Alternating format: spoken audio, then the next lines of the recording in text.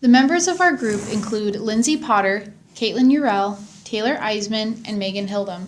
For our final project, we will be showing the process of a penalty kick in soccer. We will be comparing an expert and novice soccer player kicking a penalty. An expert is defined as a person who has a comprehensive and authoritative knowledge or skill in a particular area. Our expert in this video has played soccer for 17 years. A novice is a person who can be defined as someone who is new or inexperienced in a field or situation. Our novice in this video has only taken a soccer class and never played at a competitive or club level. A penalty kick is a type of direct free kick which is taken 12 yards away from the goal line. Penalty kicks are performed during normal play and are awarded when a foul has been committed. This is a direct free kick committed within the offending player's own penalty area. Penalty kicks can also be used in soccer when a shootout is required to determine a final winner. If you miss a penalty kick, no points are awarded. The goal of the kick is to award the offending player's team with a point if shot into the goal. You want to try to avoid eye contact with the goalie, as they can often guess where the ball is going to end up. Therefore, you want to look down while setting up, then at the last minute before you kick the ball, look up and shoot. Another technique is to line your body and hips up directly behind the ball so the goalie cannot read the kicker's language. When shooting the soccer ball, you want to try to aim for the low corners, as it is harder for the goalie to reach the ball. In order to prepare for a penalty kick, you want to make sure the ball is on the penalty mark with the air hole of the ball pointed up. This will help the ball travel through the air quicker and more efficiently. After you have done this, take 3 steps back directly behind the ball, and then 1 slight step to the left or right, depending on which is the kicker's dominant foot. Once the referee has blown their whistle, the kicker is ready to shoot. When you approach the ball, plant your non-dominant foot at the side of the soccer ball and follow through with your dominant foot. For example, our expert is left foot dominant, so she will plant her non-dominant foot, which is her right foot, on the right side of the ball. When planting your foot, you want to make sure your foot is at an angle and direction that points to where you want to shoot the ball. For example, our expert will plant her foot slightly to the right in order for the ball to go to the right corner of the goal.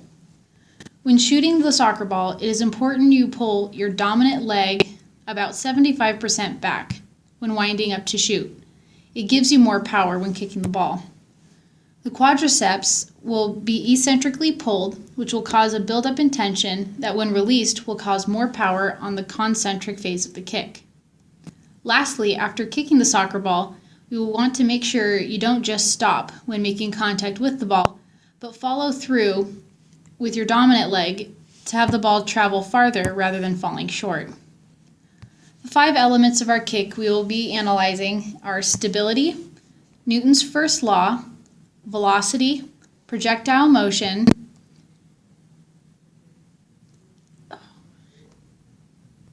Stability is the capacity of an object to return to equilibrium or to its original position after being displaced. Some factors that affect stability are the height of the center of gravity, the size of the base of support, and the weight of the object. This is shown in our video when we are preparing for the penalty kick. It is the point when the girl is planting her foot next to the ball before actually kicking it.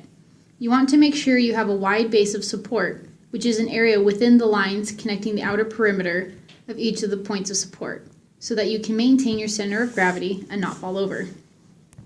Having a larger base of support will cause you to be more stable. When you kick the ball, you want to make sure you bend your knees, which in turn would lower your center of gravity. There is an inverse relationship between center of gravity and stability. As you can see, the difference in stability is very noticeable between the expert and novice. The expert keeps her arms low, which in turn lowers her center of gravity, while our novice throws her arms out wide and high, which sets her off balance. This causes her to miss the ball's sweet spot and miss the goal. Our second aspect is Newton's law, specifically his first law of inertia. This law states that an object at rest tends to stay at rest, and an object in motion tends to stay in motion unless acted upon by an external force. The soccer ball is kicked by the player and will continue to move until an outside force, such as the goalie or the net, act upon it. This will cause the ball to stop or be redirected. Force may be classified according to their effects on their bodies on which they are applied or according to their orientation as compared to one another. Force can be either internal or external. Internal force acts within an object or system to change shape. When the soccer player winds up to kick the ball, we can apply this force of classification. The soccer player's muscles are elongating and contracting, allowing her to kick the ball. An external force is defined as having an interaction with the environment through contact or non-contact forces. An external force is applied in our video, shown when the foot is coming in contact with the soccer ball. The foot is applying an external force on the ball. The velocity of the displacement of an object is a straight line distance in a specific direction, divided by the time it took to travel that displacement. In the video, in order to increase the velocity of the soccer ball, we need to increase the velocity of the kicker's leg. Newton's second law states the change in velocity, which is acceleration, with which an object moves is directly proportional to the magnitude of the force applied to the object and is inversely proportional to the mass of the object. This can be explained by the equation force equals mass times acceleration. The acceleration of the ball is determined by the force applied, divided by the mass of the object that is being moved. This simply means that if the ball has a lot of mass, it will require a lot more force to accelerate it. If the ball has little mass, it requires little force.